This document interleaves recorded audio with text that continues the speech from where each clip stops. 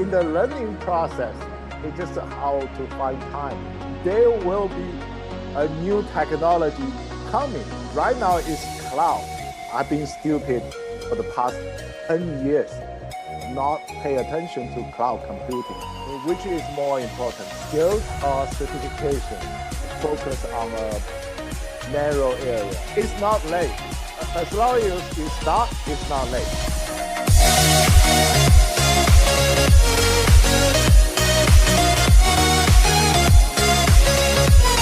What's up guys, welcome back. This is your Cloud Pilot Nation. In today's video, we have with us the certification king, Yujun Liang, who is going to give us all that we need to know about starting a career in the domain of cloud technology. So he has accepted my invitation and is here today to share, help all of you who are watching this to start your career in the cloud technology field.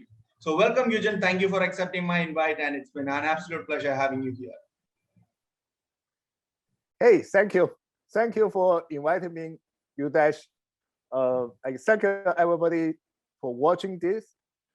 I have been noticed Udash has done a good job of encouraging his peer to pursue a career in cloud computing. That's why I want to help. So if anything I can help, I will help. And that's what, let's have the conversation going to see how it's useful for you. Thank you so much, Yujun. And why don't you take a few moments to say something about yourself, because you don't really need an introduction, but still, if there are people who are yet to know the greatness of your efforts and contribution to the cloud domain society, you just maybe take a few moments to talk about that. Sure, yeah.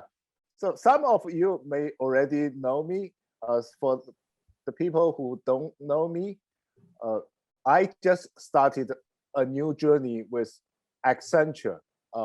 If most people would know, Accenture is a consulting company. We're just helping our client on their business problem. Before Accenture, I worked for AIG as a chief cloud architect, helping AIG to define a cloud strategy to migrate the application from on-prem onto public cloud. And before that, I started my cloud journey with another consulting company, Deloitte Consulting in US. And I know Udash happened to work for Deloitte India. So we kind of alumni, and that's a great, we connected. Deloitte has a saying, college for life. So once I worked for Deloitte and you work for Deloitte, we will become a college for life. No matter what other company we pursue in the future, we still consider ourselves as colleagues. Yes, it's absolutely a pleasure to have a common link with you. Yeah. So how is it to work as a chief architect? You were working as a chief architect at AIG, and now you're working as a Google Cloud Associate Director at Accenture. So how are these roles in the career? Yeah, so a chief architect normally is a leadership position in a company, focus more on strategy, governance, and how to influence direction of the decision making. Many people thought architect must be a technical role, but some architect is like the application architect. They define the application structure, how one layer talking to another. So that's a technical job. They needed to know the detail. But a chief architect is not a technical role. It's more like a political. You need to speak to the broad spectrum of the people inside the organization to influence people to choose the technology or choose the patterns. For example, when I worked for AIG, there are a lot of opinion as to what is the best landing zone for our applications. Like It's a AWS, it's Azure, it's Google GCP, it's a VMware on AWS or on Azure. This kind of selection process of purchasing to decide where we want to spend the money on it's less about how to make things work in a detail level. So it's a very high level, 10,000 feet. Just like if you are application architect, you just manage one application. So you need a lot of detail. But the enterprise architect, it just look at things as a very high level planning from that perspective. That's how the role differentiate each other. Cool. Yeah, makes sense, So, right? Yeah. So how challenging it is to be at that role? It is, frankly, it is very challenging. Actually, I don't think I have done a good job at this level, because it just we need a very good communication skills. You need to make people accept your idea without resilience. That's very difficult, because people think differently. In an organization, there are 50,000 people. How to make decision from 100 of different opinions? That's require very diplomatic and strategic thinking skills, and yeah, that's quite challenging. Yeah. Indeed, it sounds very challenging. Yeah. You are very known for your learning and for your LinkedIn posts. I'm really a big fan of your post. So what are the challenges you have faced in your learning process? So in the learning process, right now, it's just how to find time, because people have 1 million things to do. Have work, family, you have kids. Those are challenges. But fortunately for me, I'm already past the stage. I don't have to spend a lot of time with my kids. They all grown up. They have their own life. They do their own things. So I have a little bit more time than most people who have young kids. A lot of people with young kids, they said to me, it's very difficult to find time to do certifications. I said to them, don't worry about that. It is not your time to do certification now. When your kids grown up, you become an old man like me, you have tons of time to do certification. At that time, there will be a new technology coming. Right now it's cloud. Who knows what it be called? Maybe called ocean, maybe called mountain. All this technology, new tech will coming up, like infinite dash. Those sort of things, they will come.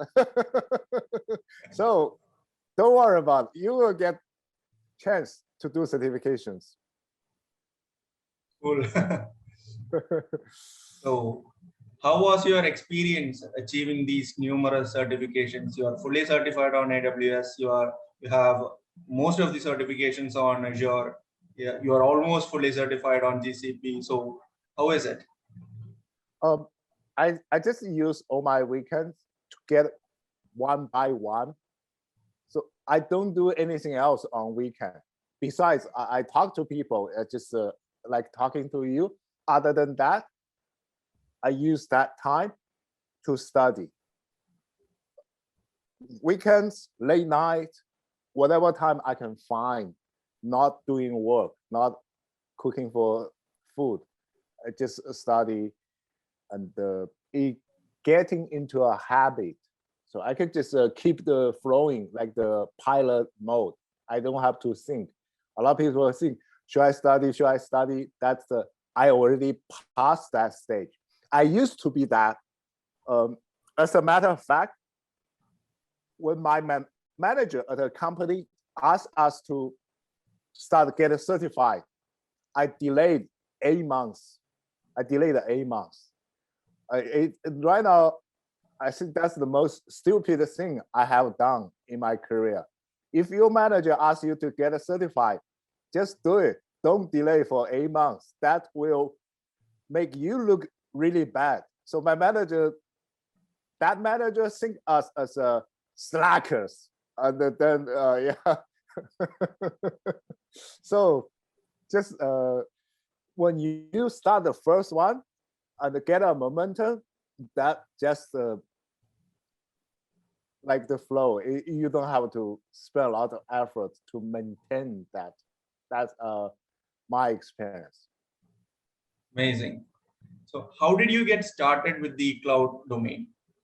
Cloud domain. Oh yeah. So just like I said, I work for a company, and that company requires us to get certified. At the beginning, that time I already 48. I didn't think it is necessary to do certification anymore. So I postponed for 8 months. And one day, the management was so pissed off, and they said, if you guys don't get certified by the end of the year, you lose your bonus. That's $30,000 additional money. So I just say, okay, I would be stupid if I don't get certified to keep that 30,000. So I spend the time, study the AWS developer, and I spent 2 weeks by listening to Ryan Kunnenberg's course on A Cloud Guru and get certified. But what changed me was Ryan Kunnenberg's course. After I listened to Ryan's course, I just feel this is the direction. I've been stupid for the past 8 months, not 8 months, maybe 10 years, not pay attention to cloud computing. So from that day, I spent all my effort on cloud, AWS, GCP, Azure, Alibaba, Oracle. By the way, I became fully certified on Google as well. A 10 of 10, just before I start Accenture. Cool. I didn't really know that. Yeah. So the only one missing that require a project experience. I couldn't do that in the past 2 years.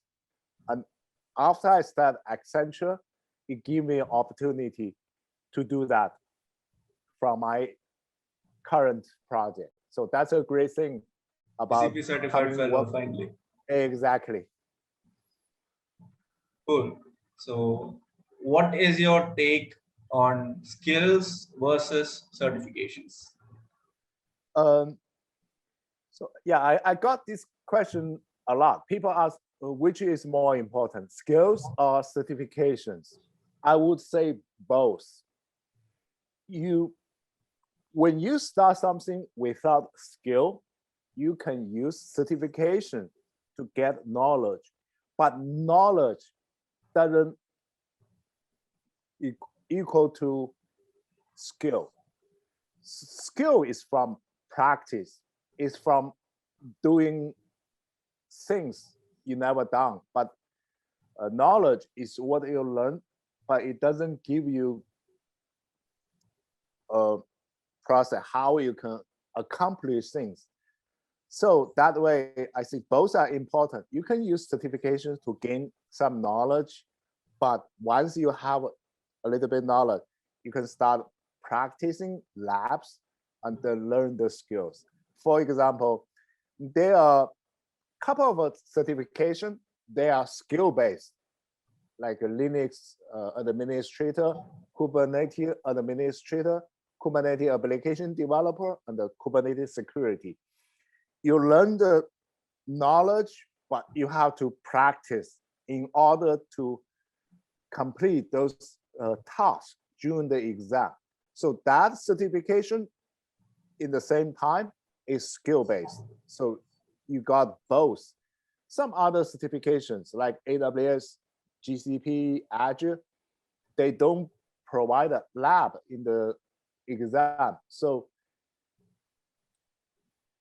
you can gain knowledge, but it doesn't enforce you to learn the detailed skill to accomplish certain.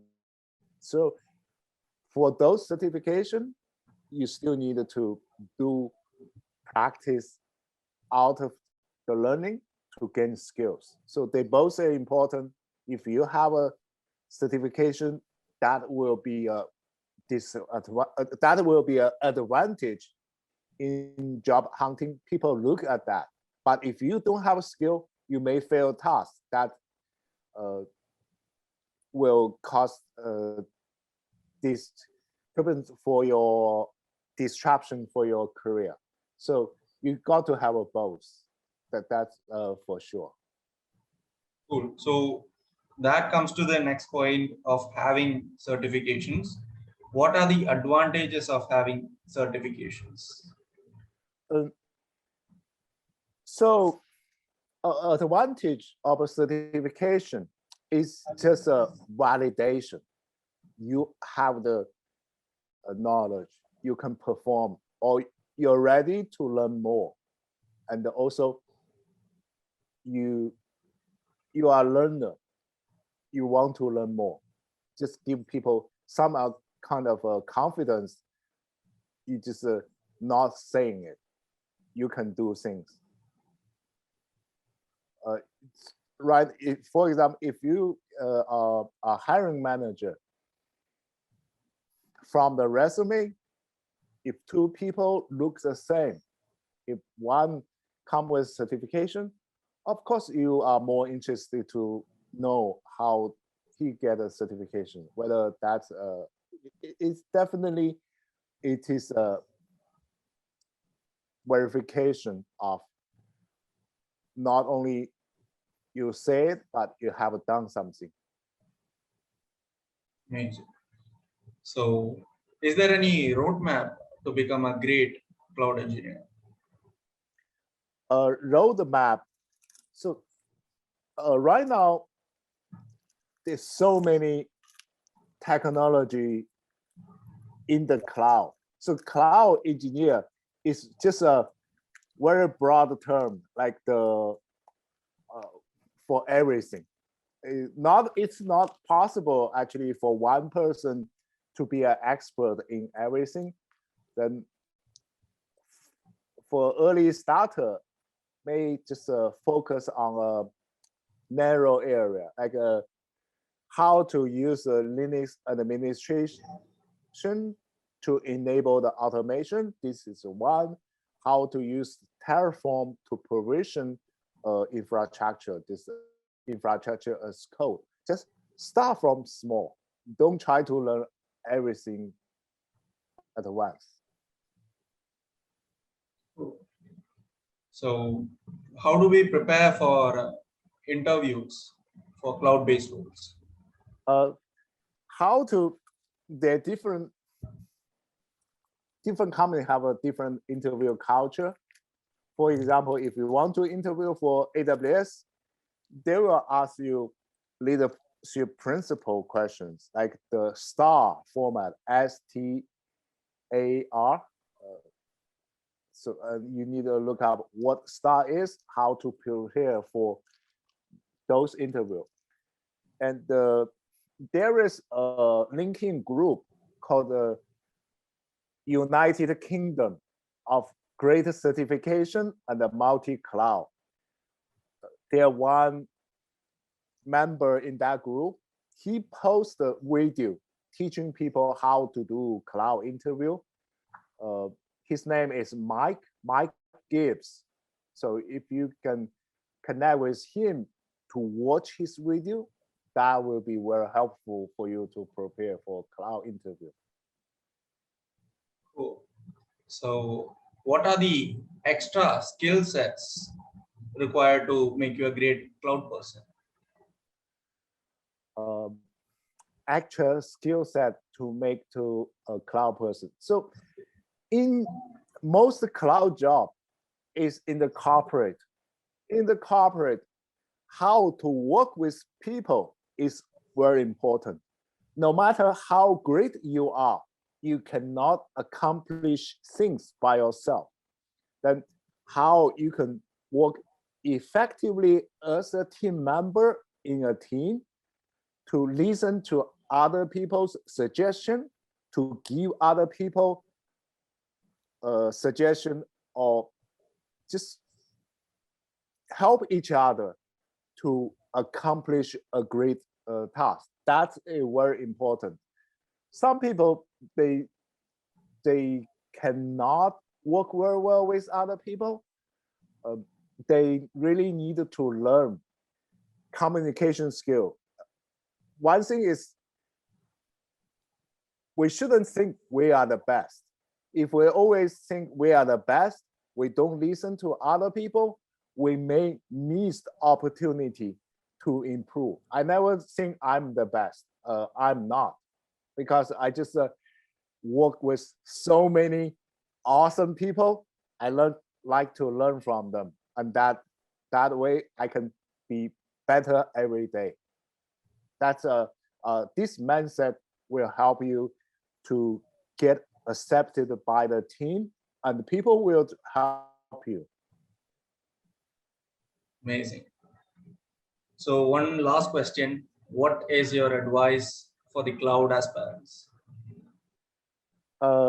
So if one advice, get certified.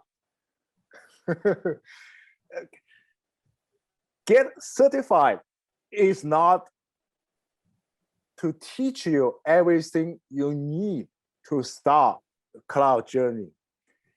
Get certified is a way to inspire you to dream bigger.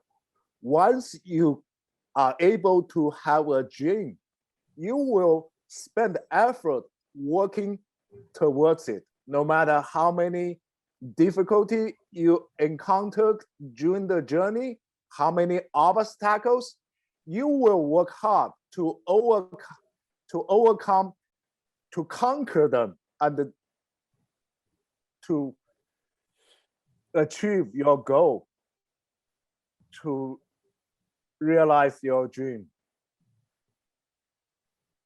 Indeed, an inspiring advice.